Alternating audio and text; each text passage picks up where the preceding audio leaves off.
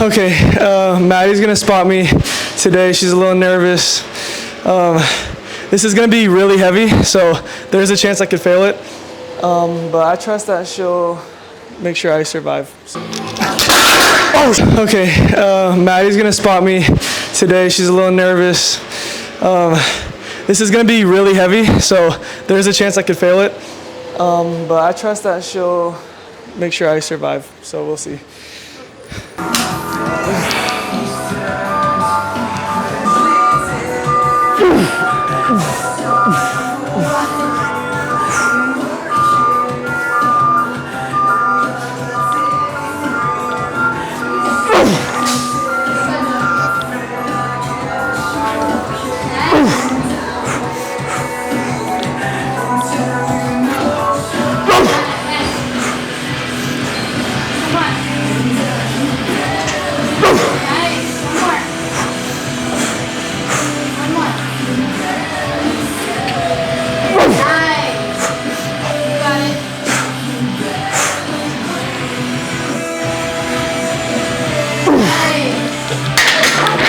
I honestly felt like I had another one.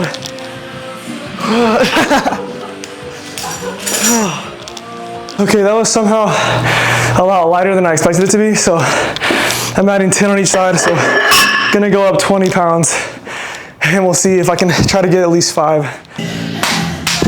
There you go.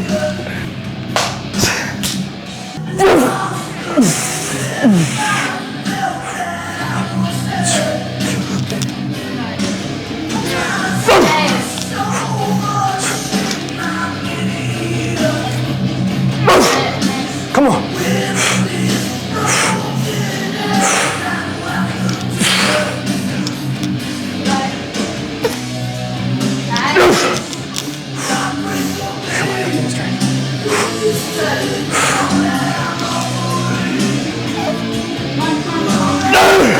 Come on.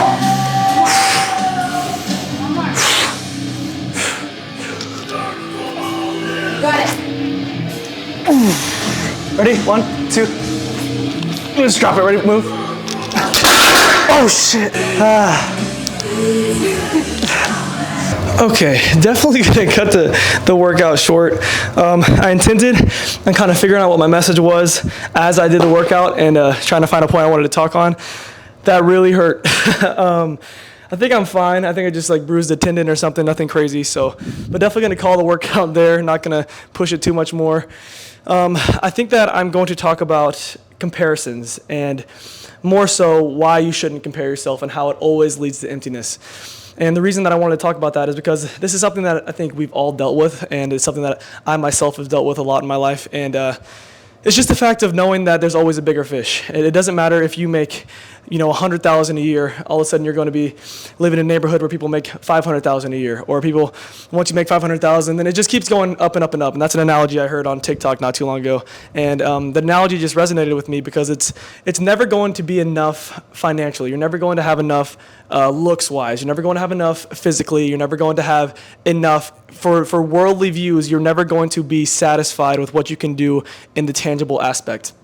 And I think that's something where it comes down to, it doesn't matter how much money you have, it doesn't matter how good looking you are, it doesn't matter how amazing your physique is, it doesn't matter how great all of these things are, it doesn't matter how intelligent you are, there's always going to be somebody who's more intelligent, more athletic, more in shape, more financially stable. There's always going to be somebody who's bigger in one aspect than you. You can't be the perfect being, you know what I mean? And I think we just need to focus on working on our inner being and getting closer to God and building a relationship with God. And that's where you get the aspect and you get the understanding that we are all perfect. We're all perfect in His eyes. We're all children of God. Everyone's fighting for these worldly ambitions and these things that are worldly. And I think it's, obviously it's amazing to have dreams and ambitions and things you want to chase and you want to have in life. And I think that it's amazing to have the ideal that you want to be rich, you want to be famous, you want to have whatever you want to pursue in this life. But if you don't have the mindset that I'm already happy where I'm at, then once you get there, you won't be happy. It won't solve anything that you've been working for your entire life. Like once you make it to the NBA, if you're not the best player, if you're riding the bench, you're still going to have these insecure thoughts that creep in. It doesn't matter what you do in life, you almost almost never going to be the absolute best in the world. And if you are the absolute best in the world, there's always other aspects in your life that are going to be maybe falling apart. Like look at Steph Curry, for example, how he is the best shooter of all time, an amazing career, but everybody always dogs on his wife, always dogs on how she just, kind of acts worldly and kind of does things that are a little bit crazy for a wife to do and say. And that's not my place to judge, because I don't think that, we can see what the relationship truly is based off some of her clips that she said on whatever. But at the end of the day, it's just that one comparison where he seems to have the perfect life, and then at home, you never know what that man's life may or may not be like. So at the end of the day, I just want the message to be that be happy with who you are and work towards goals and ambitions and fall in love with the progress and the process and becoming the person that you want to become, more so than these tangible things and showing what you have. That's basically the message. I was going to talk a little bit more, but my leg is actually really hurting. So I'm going to call it there, and I really hope you guys enjoyed the message. As always, have a blessed one.